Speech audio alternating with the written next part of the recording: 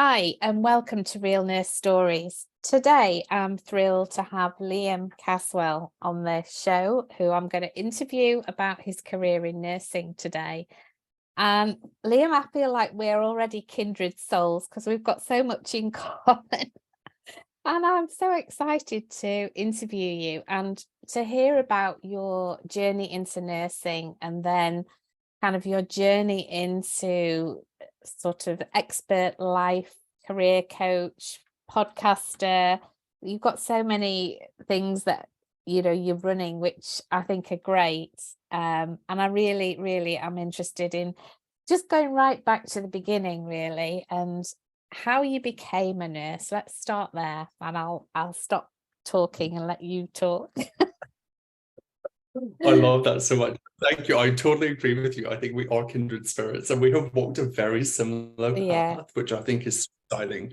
Where did it start for me? I actually came into nursing pretty young. So my mum actually was a carer. She worked in residential aged care in Scotland. And she used to take us to the nursing home before school, which me and my brother hated. But we would sit in the tea room, because it was super early. She started and we'd be up at the crack of dawn and we'd be sitting there in the aged care facility. And we used to walk through the residents that were already up at the crack of dawn, like 6 a.m., and we'd say hi to them and we'd connect with them. And then there'd be times after school where I'd have to go and sit there for maybe an hour or two before mum finished. So I used to go down and sit and speak to the patients and to the residents. And I just really loved connecting with people. And I was a bit of a weirdo in the sense that I saw that they all had really dirty nails and I used to scrape their nails and clean their nails for them, which is totally weird, but they loved it and they loved a little bit of self-care. And I just really loved connecting with them. So that was really the first little glimpse of nursing for me, seeing my mum do it. And then my gran was also a nurse and she actually migrated from the NHS out to Spain. She's set up a home care agency out there in Spain many moons ago. And we used to visit and I used to see this life that she had created. And I thought, how interesting. And I just kept having this pull to help people in some way, shape, or form. And I wasn't really sure how I was going to do that. And then at school, I just went, you know what? I don't love school. And there was an opportunity to go to college and do my access to nursing. And I did that program and the rest is history. So I actually started that program when I was 15. Gosh, because you and I'd been working in a I'd been doing all this stuff with mom at her work, and then I'd also got a part-time job as a teenager being a cleaner in the hospital. So I was cleaning the patient's rooms. I don't know why they do this in the NHS. Do you remember this, where you've got cleaners that also deliver food? Yeah, I do remember that. So bizarre. Now that I think about it, I'm like, what's my hand holding up to scratch? But that was my role, and I did that every weekend, and I loved it. And I worked Saturday, Sundays, and then I started my nursing training, and the rest is history. Where did you do your training, Liam? I did my training in the Scottish Borders. So the Borders General Hospital, it's like a rural Scottish hospital. It's pretty limited in its scope, really, like emergency nursing, theatre, a couple of ICU beds, and that's the limit. And then from there, I travelled up to Edinburgh. I actually studied in Edinburgh, but I lived at home during the time. I have to apologise. My neighbour is drilling in the background. It's probably going to drive you all crazy, but we're going to block it out because I can't do anything about it. And respect Eva's. So yeah, I went to the BGH and did my training there and built my career from there. Okay, so how did you get from the Borders to Australia? That is such a good question. It took about 10 years. Yeah. Lots of trial and error. I think that's where you and I connected, right? This real capacity to explore and to experiment and get curious about our careers. So for me, when I finished my degree in Scotland, we were going through a period of time where we didn't have access to a lot of jobs. A lot of people couldn't get full-time permanent work in Scotland because people just don't move. They just don't, move on or change. They kind of just stay stuck, which works for some people. For me, that wasn't ever going to be an option. So I got my first job down in Reading, in the Royal Berkshire Hospital, and I started working in medical admission and planning unit there. And that was a baptism of fire as a graduate nurse, as you can imagine. 50-bedded unit, really busy, high dependency ward, so many moving pieces and so much drama every day. But it was a really great starting point for me to be able to move forward. I went to the Royal Berkshire Hospital, and really found my passion for critical care there. And then this is for those listening, people are always watching. So I was 18 months into MAPU, and I had a patient who was pretty unwell, and their relative just happened to be the matron of ICU. And I didn't know this, of course. I didn't know the hospital. I'd moved from Scotland to England, and I just was treating them like another relative. And at the end of the 12-hour day, after I'd ran riot like a headless chook for the whole day, I got tapped on the shoulder, and she was like, do you know who I am? And I'm like, no. And she was like, oh, I'm the ICU matron. I think you'd be really great working in ICU. And I was like, oh my goodness, did I wash my hands? Did I do all the things? Did I address all the needs? And all that drama instantly. But she was like, you should come and apply. So it's just a little, I guess, nugget of gold, like for those listening, that you never know where your next opportunity is going to come from. No, so that was my next path. And I became an ICU nurse. And I did that for a few years. And then I met my partner, who's Australian, from Tamworth in New South Wales.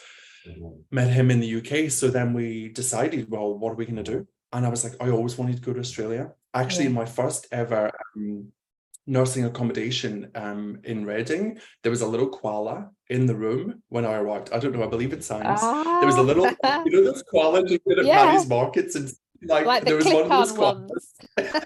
There's one of those clips in the room, and I just was like, oh my god, I still have that here. I actually have that with me. I take it every day. Ridiculous. But so then we moved to Sydney, and from there, really, that's where my career started to really blossom, because I do believe that there are more opportunities for growth in Australia for nurses that are really actively looking for it versus the UK. At the time in the UK, I wasn't looking for it, so I can't really prove that to be true.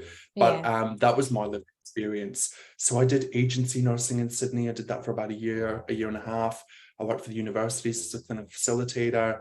I tried all the different things. I'd never done like recovery before. I'd never done clinics. I tried everything. I worked in oncology, surgery, cardiac. I did all the things, and just allowed myself to explore for a year, because it was new, right? I was scared. It was new, and the NHS and Australia is quite different, right, in terms of how it runs and our practices. So I just gave myself that time.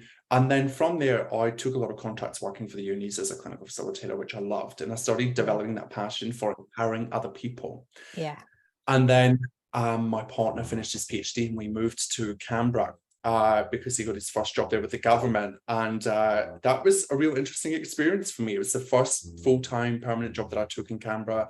I worked in ICU. I started to then have experiences where I was being kind of almost like bullied indirectly. The culture wasn't so great, and I really started to question my career and question what I was doing and why I was doing it, and did I love ICU, and all of the drama came up. And I went from full-time down to like 3 days a week, because I just wasn't able to manage it. I put heaps of weight on. It was not a great time in my career personally, but it was a real catalyst for me to start then giving myself more permission to explore.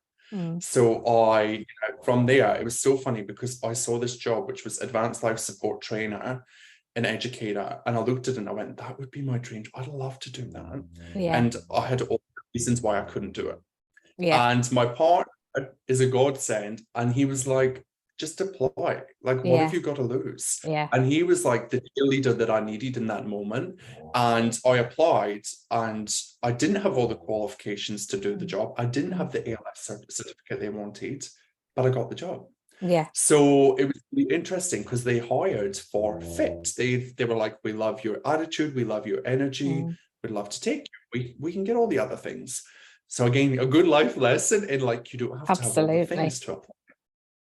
And then from there, I just started building my education and leadership career. I went from ALS educator to CNE nurse educator for over 5 inpatient medical units with over 150 staff, which was, that was hard work, but it was an amazing opportunity. I absolutely loved it. We went from having like no people attend education every day to having over like 2,000 episodes of attendance over the year. Wow. You know, because we just really tried to influence this change, and I loved that job.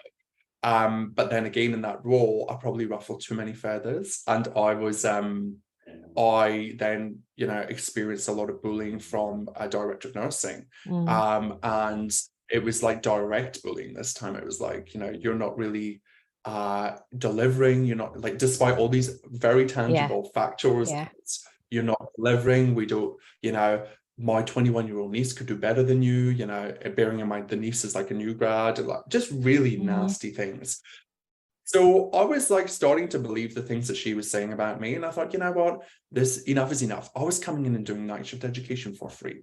I was like, hell to the no, I'm not doing this anymore. So so I resigned, and well, I actually gave myself 4 weeks off through like mental health leave. I took the time. And at the time, it just coincided with me doing my master's. So I went on an internship to Fiji, which I know not everybody can just up and do, but I wanted to do this, and it was a really good opportunity for me to reset. So I did that. It gave me a lot of clarity, a lot of grounding, a lot of like, wow, our health service is incredible. And we forget to take, we take it very much for granted. And that was a great reset for me. And then from there, I went and did some advanced practice nursing in a primary healthcare setting, tried that, didn't love it. So I gave myself permission to move on. I then did nurse unit manager, did that for about 1.5 years, loved it, felt like I did a great job. And that was in geriatric rehab. So I went from ICU to geriatric rehab. Totally left. But I took it for the opportunity, which I think a lot of people forget is an option, it's a possibility. You don't have to take it because it's a specialty, you can take it for the growth. And I really loved that job. And that's where I got exposed to coaching. And in that role, that's one of the reasons I took the job actually, was because there was an external leadership coach that would come in and support us. And I'd done my master's in healthcare leadership, and I was starting to see the cracks and understand why we have the challenges we have in healthcare, because we have amazing clinicians that aren't necessarily great leaders, that are still operating from a clinical mindset at a leadership level, instead of really thinking about, right, this is a business. This is actually operating business. How can we take the clinical hat off and put on the leadership and the operation hat on, while still understanding clinical? So that was amazing for me. But I still felt like I was being held back. I still felt like I couldn't get the impact that I wanted. So I actually demoted myself from NUM to educator again in that same facility, because I knew as an educator I had more impact. So I demoted myself, I took less pay, and then I was the educator for a few months. And from there, I thought, you know what, I need to do something to empower nurses outside of this realm, because the path that I once thought I was on, to director of nursing, to CEO, is the path that I no longer want. And that was really challenging in that moment. But I gave myself the permission to just explore, and we moved back to Sydney, and I launched High Performance Nursing. Sorry, that's long-winded. No, it's not. And I just love, you know, that the messages there in your story, because, you know, I think too often in nursing we tend to think of our careers as linear, straight up, and yet, you know, most of the nurses that I speak to, particularly for the podcast, their careers are not straight up. They have gone, you know, taken detours, as I call them, in the right direction, and ended up sometimes where they never thought they would end up. But the combination and the sum total of all of those experiences, I think, makes you look at the world through a different lens. I think it gives you that ability to just see things differently, to think differently, and to be more in control of where you want to go rather than where you feel you have to go, because you've taken those detours and it's not been a disaster. You know? Yeah, I totally agree with you. And I think that the idea of like a squiggly career is a great idea. Let it just be like I call it a hot mess. I'm like, let it just be a little bit of a hot mess. Totally. And because what normally happens, I find, is, and this happened for me was, as I was moving towards it, I was judging it and I was shooting myself all the time. Yeah. I was like, I should be becoming a CNE in ICU now. I should be a NUM in ICU by now, because John made it and he just stuck at it. But look at me going all round left, right, and circle. And I kept on really beating myself up for what I now see is like stepping into what was right for me. Yeah. I'm like a firm believer in that now, that what's for you won't go past you. And that you know, a big part of this process where it literally is like, yeah, if an opportunity presents and it lights you up and you're curious about it, take it, do everything in your power to just go for it. And I know that that's something that you value. And I coach quite a lot of newly qualified nurses who really struggle with that expectation. There's two things. It's I should know what I'm doing by now, and this is like 6 months out, and I should know where I want to specialize. And we spend a lot of time saying, you know, actually this is about trying out new things, trying something that maybe you've not thought of, because as you will know, Liam, you know, you ask most nurses who've qualified and generally they'll say ED or ICU or high techie. When you say, well, there's lots and lots of opportunities in nursing, you know, go try some of those. And I think to be able to help and coach people in a way, because you've had that experience, it lends itself to that whole expertise and what you've learned in your growth, and helps other people to see you as a role model and think, well, okay, you know, here's Liam's career story has been the squiggly line, but look at him now. And I think it's just giving people a different version to the version that we think we have to take. And you know, nursing's such a varied career now. There's so many different ways you can go in that squiggly line, and I think that's the great thing. You can test out, you can try out, you always have a choice. If it doesn't work, that's okay. Give it a decent amount of time, and if you're still thinking it's not for me, then that's okay. Move on and try something else. But it's our own expectations and self-talk sometimes that talks us out of that, you know. And I think you demonstrated that so well. Not that, but the fact that your mindset is open to try and, you know, experience something that you maybe never thought of, and that's great. I think what you said there, like, absolutely resonates. I think there's a couple of things that, like, whenever people say to me, you know, I should do this, or I'm expected to do this, I'm always like, who said? Yes. Question mark. Who said you have to do that? And when we uncover it, usually no one said, and our brain's just offering us that idea, right? And then the other question is like, why do you really want that? Like, do you really want that? Or is it that, like, I was talking to somebody yesterday that hasn't even started their nursing yet, and they're like, I want to be an NP. And I'm like, what do you think NP is going to give you that you can't get right now? Like, what is it that goal you're thinking is going to give you? And usually it's just like a feeling, right? And his response was autonomy. And I'm like, so you don't have autonomy right now in your life? Like, that exists for you. I think that when we think of these like big wig careers like techie and ICU and, you know, like ED, I think a lot of the time it's because we think it's going to be different when we're there than it actually is. And having lived that experience, it's no different. You still have all the self-doubt, all the drama, all the imposter syndrome, even 10 years in. So then you ask yourself, like, is this really what I want to do? What is my driving force behind this? And if your driving force is like, yeah, this is definitely my path, go for it. But like you say, you won't know until you've tried. I think my unique perspective on this is that I think your first 3 years should just be exploration years. I think you should just be exploring.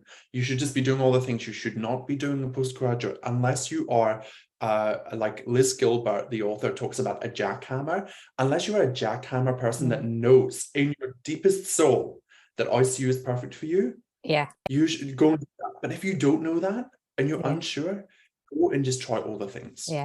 Well, I think that's so true, Liam, so true. It just gives you that different take. It allows you to try things out without being under any kind of pressure and decide where you want to land. And I think, you know, That's great advice.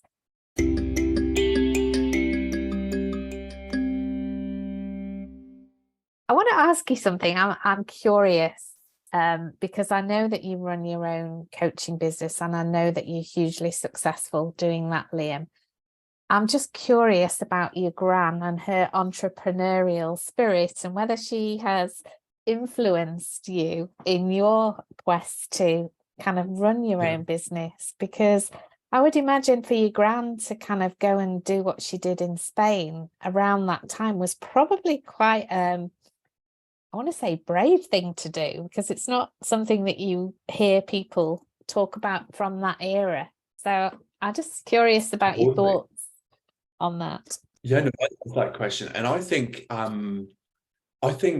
definitely, I think it planted a seed. I think it helped me see possibility. I think that was probably a big deciding factor in me choosing to become a nurse, was that I was like, oh, I can do this, I can travel. I could move at the time. I'm like, I could move to Spain. Like, how exotic! I could move to Spain and I could set up an aged care like business. That's so cool. So I think that definitely was the starting point for me. My dad is also an entrepreneur. He runs a forestry business. I was supposed to go and work in that business, you know, but I'm not really good with my hands real dirty. So it's not my vibe. But I think I think this whole space of entrepreneurship is just such an exciting space. And I think the work that both you and I do is so needed. And I think that although in Australia, it feels a bit underground, almost like a lot of talking about it. It's still kind of like just simmering. But I think that over the next 10, 15, 20 years, we're going to see huge shifts in this space, because I literally cannot see any other way. I don't know what else is going to help. You know, I could go on around here, but I won't. But like the more staffing, the more money, all of that's great. But without being able to look after the human that's actually nursing the patients, then what? So I think it's I've actually never made that connection before. So a little bit of coaching here, thank you. I've never made that connection but as you said that, I got chills. I was like, yeah, no, that's totally, I think, a catalyst.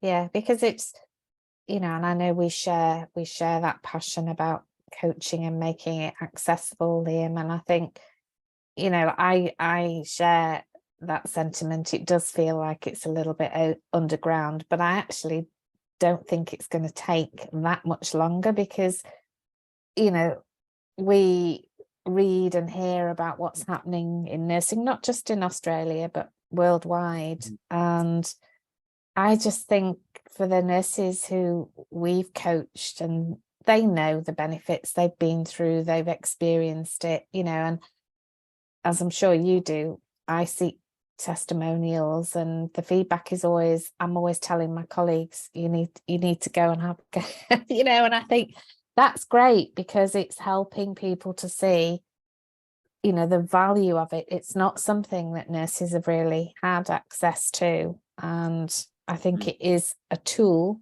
of many tools that you need in your toolbox as a nurse, and everybody should have access to it, you know. Yeah, I love just thinking about coaching. Like, it's like cleaning your house every week. Like, how often do you stop and clear out your mind? That's literally coaching. It's just clearing out your mind, looking at the thoughts and beliefs that you hold, getting in touch with the humanness of you, your feelings, and seeing if those thoughts, feelings, and actions create the results that you want in your life. And if we're not willing to clean our house every week, what happens? The house gets dirtier and dirtier. It compounds, it gets messy. And we usually just want to avoid all of the things. And that's what happens in our brains. The more that we don't clear it, and we don't cognitively dump all of that stuff out of our brain onto paper or with a coach, then it's just going to compound, right? Because we have like, what, 60,000 thoughts a day? So imagine those just compounding and compounding and telling yourself like a million times that you're not good enough, until Eva or I turns around and says, hey, did you know that you are 100% good enough, and you always have been? And sometimes that's all it takes, right? Because just can't see your own crap. I couldn't see it. I think that what's important to acknowledge is that people think, oh, well, it must be fine for them, you know, like they're doing this now, they work online. I've had some mutterings of that, but it's like, no, we've actually done the work. We had to do the years and years of mindset work and being willing to fail and fail publicly. I mean, that's hard, right? You have to get yourself to a space where you can do all of this. So I think that coaching isn't a luxury, it's a necessity for the workforce moving forward. Not only as a nurse, but as a human. Yeah, absolutely. Absolutely. As you were talking then, I was thinking, what came into my head? You might remember Spaghetti Junction. You know, we used to refer to it in Birmingham. To me, that's what it's like in your head when your mindset is, you know, and coaching just straightens that out. It's like where there's that jumble of thoughts like spaghetti, we're just unraveling that and helping people to see, okay, there's the clarity. That's what I'm about. That's who I am and what I want to do. And it's even like, just think of like a nursing analogy. This is like off the cuff, but I'm like bed block. It's like bed block, right? Like the whole hospital feels the pressure when there's bed block. And like everybody is just really feeling that, right?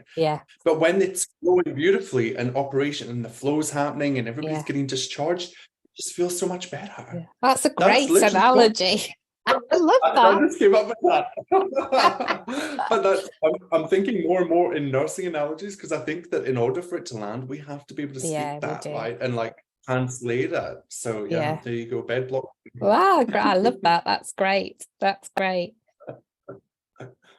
Liam, I want to ask you a little bit more, because I know that a lot of the work you do is supporting graduate nurses, helping them to kind of, I think, have the skills to present themselves and know how to apply and know what to expect to interview. And I'm hugely in awe of that work, because I know how much angst that causes people. And really, we're not so great at preparing some of our newly qualified nurses for how to do that, which still amazes me that we spend all this money training them, we let them loose, and then we don't actually help them to know how to make the best of themselves to do well and succeed as in graduate applications. So I'd invite you just really to share a little bit about that work and why it's important to you. I mean, I think firsthand, having sat on panels, right, as a nurse unit manager, as an educator, I just saw how amazing these people were coming in. But what they were lacking was their ability to sell themselves, was their ability to communicate why we should pick them. And it broke my heart when I'd sit behind the scenes and we'd have all these applications and we'd pick up an application and we'd be like, who was that? What did they, we couldn't connect to who they were, what they wanted to offer. It was just a spray of genericness, right? Everybody just was really ambiguous and generic. And everybody was just doing the vision and the values and just talking the talk.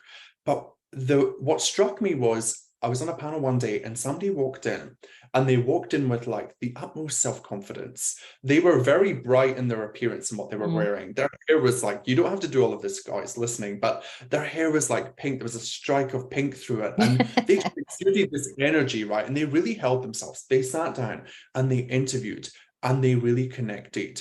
And there was just this human bias involved in that as well. But there's also the whole connection piece. And I think we forget that as nurses, like if the panel doesn't feel safe in your presence and doesn't feel your belief in yourself, then the patient isn't going to feel that. So they're not going to hire you. So I talk a lot about this whole fact that what you present matters and how you want to perceive, or how you want to be perceived matters, and that we can do all of this through the stories that you tell yourself, right? Are they empowering or disempowering? And how you present yourself on paper. Because I think a lot of people think that what they've done at uni, their CV from uni with those lecturers that haven't been in the workforce for years, is good enough to get them through. But having sat on the front line on the panel, an academic CV just doesn't land. It's an assignment. It's not a real workforce document.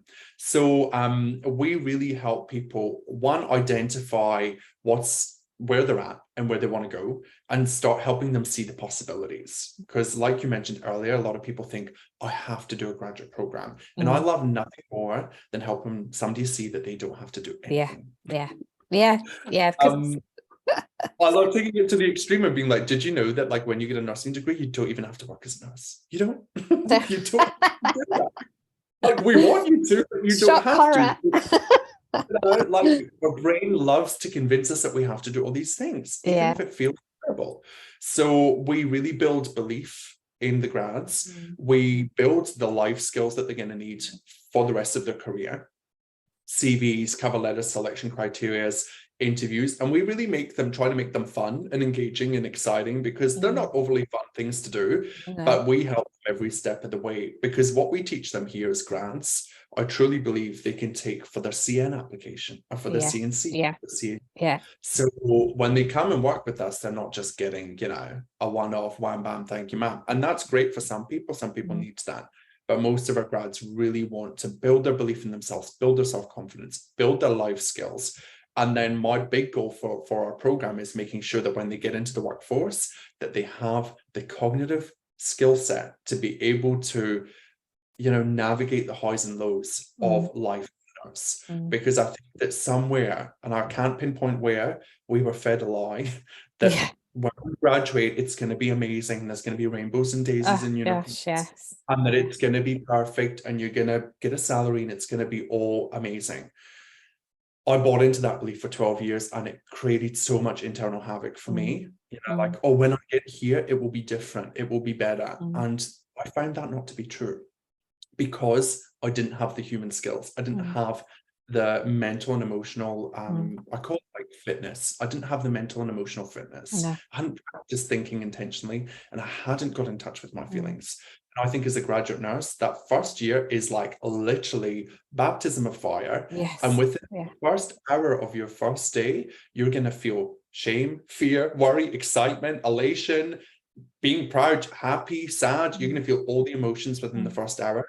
And if you don't know how to navigate that, I think that that's a predictor of your future potential success. So I truly believe in setting grads up for success, so that when they do get there, they can see, oh, maybe I'm feeling this emotion because my thinking is, I don't deserve to be here, or I'm not worthy enough of this, or I'm scared.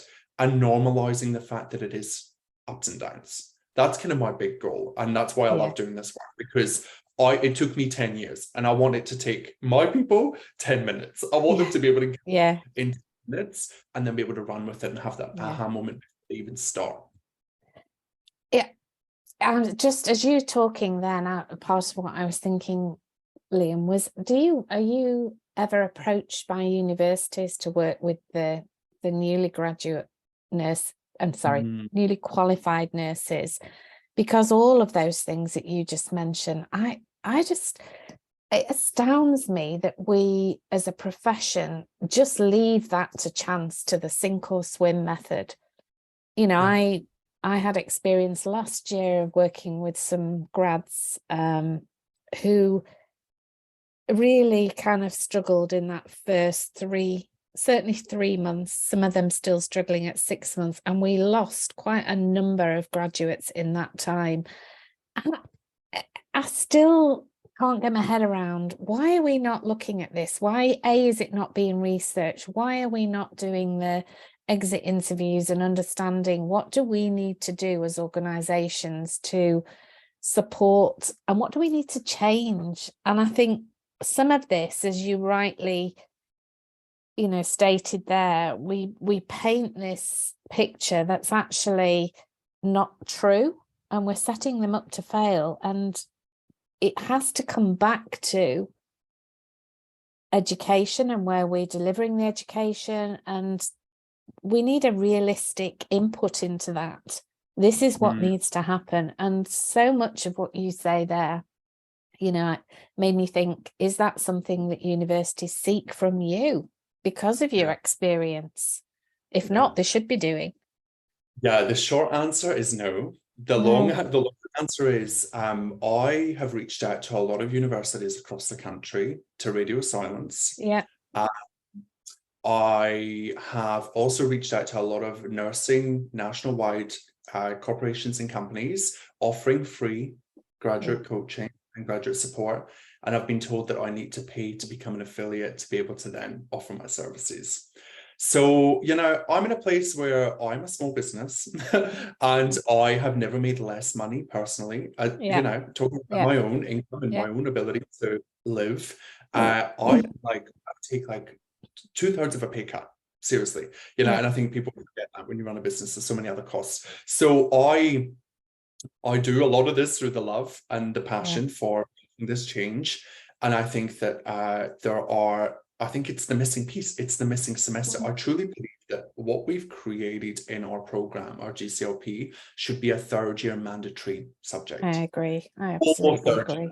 And I would love nothing more to have I'm putting it out into the universe for anybody listening. I love nothing more than on 3rd year, you start 3rd year, and every week you get to come to coaching with us. Yeah. And you get external support, and we help you navigate your mindset. Yeah.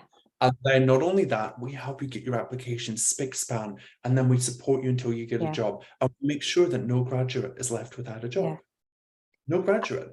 Whether it's in a program or outside of a program, there is literally no reason why people should be out of work. The only reason why is because of their mindset, and it's because their applications are not good. That's why. There's 2 reasons. It's fascinating, isn't it? Because that's my experience also, you know, stereo silence about my sphere of work is probably more around the coaching than it is specifically at grads, but it's still, you know, it's just frustrating in many ways. Like you say, you take a pay cut, you do this because same reason as you, passionate about it. You know, it's not going to solve the issues in nursing overnight. It is one of a number of tools that nurses can have in the toolbox that gives them the capacity, time for themselves to work out, you know, unscramble their mind, have that clarity, have somebody who can challenge maybe the limiting beliefs and the negative self-talk. There is such an important place for this. And I find it incredible that both you and and you know, I know there's others who are working in this field, experience the stereo silence. It's like, come on, you know, we need to be working collaboratively here. Yeah, I totally agree. And I think that what I'm making of it in this moment, and what I hear from our grads that go out after our program, is that when they enter the industry, they're then met with people that don't understand coaching. They don't understand how the human brain works. Even though we're clinicians, it doesn't mean that we understand how the brain works, right? So our grads are going out and they've got these tools, and then something happens and the grad's not reacting to it because they understand that they don't have to react to it, that it's optional. And then this nurse thinks that this grad is not paying attention. There's this whole interaction, and it's like, wow, I say to my grads literally every day, people project what they don't process. So it's like we have a whole industry of people that believe that circumstances create how they feel, and that they have no ownership over their thoughts and, you know, their emotions. But you do. You can go to work. Like, I challenge everybody. There's somebody in your workplace, whether you're a student or you're a senior nurse, that absolutely loves their job. Yes. And there's somebody else in that workplace that hates their job. Yeah. How can that be true? Yeah. What's the difference? The difference is what's going on in that person's brain. That is the only difference. So I think until we recognize that, I don't know, we've got a lot of work to do, but I'm excited about it. I think we're both super passionate about it, and that's how we know it'll come to fruition. Yeah, it has to, because things have got to change. What we've always done isn't working, and you know, that message is not, I think in the post-COVID world, it's becoming louder and louder. It's not going to go away, and it's apparent. You just have to look at, you know, the numbers of nurses who are either reducing the hours or leaving altogether. And we can't afford to lose good people. I know I say that all the time, but we can't. And, you know, there are people who have solutions that can help. And I think there has to be a change of mindset in particularly in education, because that's where a lot of this starts. So yeah, we could talk about this for hours and hours. I'm a bit biased because I think that every nurse leader educator should be a coach. Yes, so do I. Absolutely. I think if we had that subtle shift, and every educator, nurse, maybe Eva, we should set that up. Yeah. Certification. I've thought about that many Yeah. times, because I think that there is a huge need. And if every nurse leader was a coach and every team leader was a coach, we would transform the industry. Absolutely. And I know of organizations who have brought a kind of that approach in, but it's stopped at a certain grade of nurse. And I just think, it's so short-sighted, because your junior nurses are the leaders of the future. Why are we stopping at whatever the level? I'm not going to say what level, because I don't want to, but I think we shouldn't have that mindset either. This is something that everybody needs, no matter what level. It's something that can help them progress, and something that can help organizations. And if they were, cluey about it, that is a really positive, become an employer of choice or preference, because we are supporting our staff with coaching. How many organizations can say that? Health organizations, hand on heart. And in a competitive world, those are the things that staff are going to, we've already heard that from, particularly, I don't like labeling the different generations, but I have read and heard that Gen Z are very, definite about, this is what we want, this is what we don't want. So as employers, how are you going to attract your nurses of the future? Powerful. Very powerful. One liner, every nurse is a coach. Yes. Imagine every nurse was able to coach and hold space for our patients, and able to see when your patient's feeling frustrated, maybe it's not because their appointment is late, maybe they have a deeper need.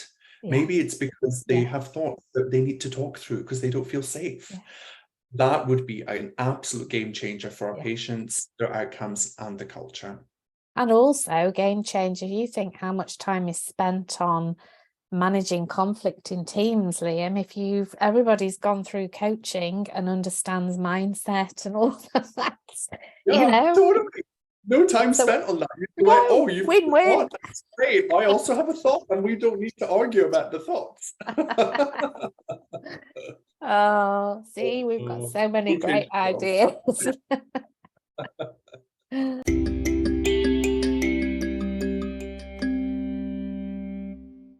All right, so I've gone off track a little bit, so I'm just going to come back to, there's a couple of important things I want to ask you. I know that you've referenced being bullied, and the effect that has on you, or had on you, sorry, Liam. I just want to ask you a question in relation to that, because as I'm sure you have, I come across many nurses who've had similar experiences to that. And if you were able to give somebody the benefit of your wisdom and advice, what would you say to someone who's maybe experiencing that at the moment? I think on reflection, hey, there's so many things that come up that you don't see in the moment. So that's the first piece of advice, is create some space for yourself. Take the time off. Don't worry about it compounding the challenge. Just take the time, create the space for yourself, and get some form of support, whether that's through the helpline or, through your peers or just a good friend. Create that space for yourself, because clearly other people are probably not creating that for you. And then from there, it's really about questioning whether or not this is the right place for you, and allowing yourself to just get curious. You don't have to act on anything. Just get curious. But what I know on reflection is that in that moment, I made it all about me. In that moment, I was like, maybe I'm not good enough. Maybe her 21-year-old niece is better than I am. Maybe, maybe I should go and get another qualification. Maybe I should just step back. Maybe I shouldn't do all of this. And what I did in that moment was I absorbed all of their beliefs about me, and I made them my own. And in the moment, I think we just do that naturally, because it's kind of how we're designed as humans. It's like, believe that about me? Oh, okay. Let me just absorb that. But on reflection, now I can just see that that individual was really being challenged by my presence. and being challenged by the work that I had to offer and deliver, and the results that we were creating, which is fascinating because as a director of nursing, why wouldn't you want to have the best education system for your people? But it's because I can now see in reflection that that individual was suffering because of X, Y, and Z. Who knows? And that all of that is completely outside of my control. So I think detaching yourself from what people say and questioning their belief in you. If you don't believe that to be true about you, don't absorb the belief. Is what I offer, because that's totally optional. I wish previous Liam knew that. I wish I knew that I didn't have to believe their because they just projected their stuff onto me. So now I look at things like this through curiosity. I'm like, I'm so curious. I'm so curious that they would think that about me. Good on them. Great. I think that it just comes through the experience itself. I don't think there's a way you can not experience it. I think that you have to experience it and then move on from it. But you do not need to make it mean anything about you. You don't have to believe it. You can just move on. Be like, yeah, you're not my person. That's such a great example of a mindset shift, isn't it? You know, something that we potentially can internalize, but just by thinking about it in that way that you've described helps to turn that around from it being something that's quite, you know, scary and large to actually, oh no, I do have some control over this. I don't have to put up with this. And I think that's a great message. Totally. Yeah. One of our grads this week sent me a message about being told she was bossy. And I was like, what if being bossy is amazing? What if, do you think you're bossy? And she's like, no. I'm like, okay. And I'm like, what's your goal? She's like, I want to work in ED. I'm like, would being bossy in ED be beneficial to you at some point? Maybe it wouldn't. Maybe it wouldn't. Like, you get to decide. Like, that person thinks you're bossy, probably because maybe they're introverted and they felt threatened. I don't know what's going on for them. And you never know. So you don't have to waste any of your precious brain space and time on thinking about that. You just think about, what do I want to think about this? Intention. Because you'll feel better that way. That's a great example. You've got so many little nuggets in here for people listening, and it's just great, Liam. It really is. I wanted to just ask you a little bit, because you know that my kind of passion is a lot around nurses and self-care and making time for themselves. And I wanted to ask you really, if you wouldn't mind sharing one of your personal kind of habits or routines that you do that is about you taking care of you. Self-care has been one of my biggest challenges. It is literally my biggest challenge. Self-care, self-love, self-acceptance is a huge challenge for me. And I think a lot of nurses will relate to that. I am constantly always testing and trying in my personal life, like I am in my career. So this week, my thing is going for walks in the morning. And I've noticed that just doing that and creating that space for myself, in giving to myself first before other people, because I spend my whole day as a coach giving to other people, like we do as nurses. So by giving myself that in the morning, that space and that clarity, and like actually having no expectations of myself in that hour has been really great this week. Other things like training, you know, going to the gym, and I love the arts. So I love theater. I'm ever feeling like I need a reconnection. Music, theater, live music, that is my thing. So I just need to find that, whether it's through Spotify or whether it's going to an actual play. That's my jam, and I kind of like reconnect and tap into that energy, and that kind of moves me forward. But it's a constant trial and error. I don't think I've found the thing yet. You know, I think my brain thinks there's a thing that's like perfect for me, but I'm just keep trying different things. I don't think there is a one thing, Liam. I think what you described there, I think it's about making the space and the time to take time out in whatever form that takes. That's how I look at it, because I think if we're prescriptive, which I don't agree with, you know, we need to do X, Y, and Z for however many minutes, however many days, people just go, too hard, can't do that.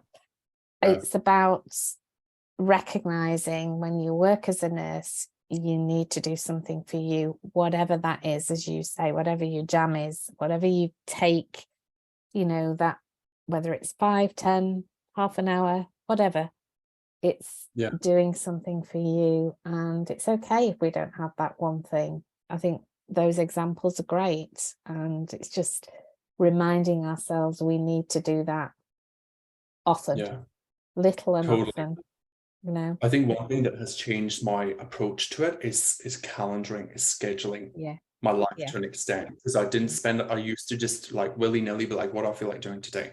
Whereas now I will actively put time in. Now I don't always obey the calendar, but I'll get to the time.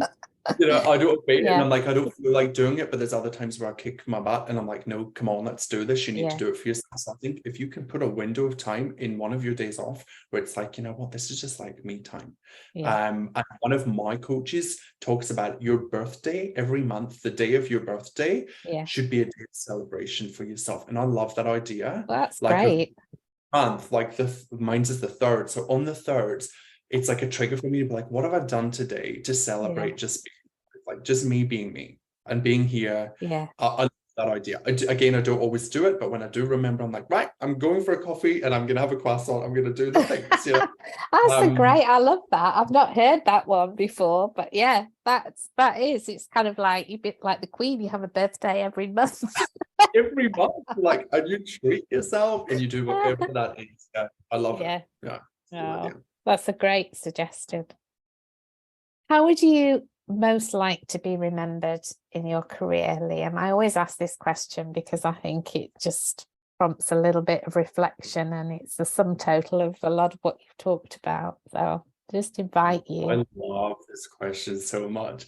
I think that I want to be known as a professional button pusher. I want to be known as somebody that has pushed buttons in the right way, in a good way, to really bring about some change. I feel like that has been the story of my career. I've always been looking for opportunity, growth, not just for myself. I've also been bringing people on the journey and helping them see their own possibilities. So really, I think I just want to be able to live my life to its fullest, to its full capacity, or get as close to that capacity as possible. And prove to little Liam, I love thinking about little Liam, and I love thinking about, like, what would he think about me today? Like, what would he be thinking? Like, I can just see him and feel him, like, just looking at me in awe, being like, you did what? Like, you're doing what? Wow. And I think that's such a powerful reflective tool that I use a lot with the grads. So I think really it's just about being a leader in the space, and, you know, whatever that looks like. And I think that I have a version of what that should look like. And, like, you know, people invited you to the party. And then there's a realistic version of that, which is like, hold on, when you push the boundaries and you do something different that people haven't seen and heard, you're not going to get invited to those parties. You create the party. So that's kind of what that's what I want to be remembered for. And what would little Liam say if he was listening to your story today, do you think? I just got goosebumps. I think he'd be like just in awe. Anytime that I connected to my previous self, little Liam, I'm just like, what the hell? Like, I just spend a lot of time in awe. Like, wow, you did this. And I don't think that it's necessarily the things that I'm in awe of. I think it's just like the commitment to myself. And it's interesting because I get coached on this every week, Eva, in my own personal coaching around self-acceptance and self-love. And it's so funny that little Liam always shows up and he's like, you've got this. Like, you're killing it. You can do this. And I think that's why it's important to reflect back and tap into that energy, but also look forward and look at, like, what is Liam in 10 years thinking and what's he created and how's he showing up into the world. I think it's such powerful tool for anybody listening. You don't need to know anything about it other than what would your past version of you think of where you are right now. So I think you said just in awe, just being like, how cool, how fun is this? You do what you want. Like, weren't you going to be a CEO and a Dawn and all of these things? And I'm like, yeah, no, that didn't work out. I just love that. I mean, your passion and your enthusiasm for what you do, Liam, is just it just is such a strong, even over Zoom, you know, it's there, it's such a vibrant force for you. And I think that's credit to you, and I know we're all work in process. We all have, gremlins and things that, affect us in life sometimes, but to have that vital life force that propels you forward and that passion for what you do, and that it's almost like your legacy, to be able to look back in 10, 20, 30 years and see that line of people that you've helped. That's what this is about, and I think that's why when you've been coached and you've learned how to coach others and you see the value of it, you just want to do more and more of it because it works. Oh, yeah. I do it for free in the Facebook groups. Yeah. In those groups, like everybody's bitching and complaining, and I'm like, no, like there's so many years to this. Let's dive into it. I agree with you completely, and I think that we all have that path and that legacy that we're creating, whether it's being a coach or whether it's working in a specialty, becoming a Dawn, or staying in the area that you love. It all depends. It all matters. And I think that I just want everybody to tap into their untapped capacity. Yeah. So I'm glad that comes across. Because like you said, we all have the demons, we all have the inner thoughts. I indulge in a lot of mind drama, but that's what makes us, and that's a privilege. I find the 50-50 of. Liam, it's been an absolute pleasure to chat with you today. And I just think there's so many takeaways from this, from people listening. I just really want to give you the last word in terms of, if anybody listening wants to know how to work with you for some of the great, things that you've shared today, how can they find you? Where can they find you? Yeah, for sure. Thank you so much. We're at High Performance Nursing on every platform. We're literally everywhere. So you'll find us at High Performance Nursing, and just shoot us a message. You can get in contact with us at liamcaswell.com. So yeah, come and have a chat, reach out, ask questions, and the rest is history. Get inspired by the work that we do, and maybe in the future you'll come and be a nurse coach. Oh, that's so good. Email, right? I know. Wouldn't that be great? Hey, we're going to put it out in the universe. Oh, thank you so much, Liam. It's been a real pleasure. Thank you for your time. Thank you. Thanks so much.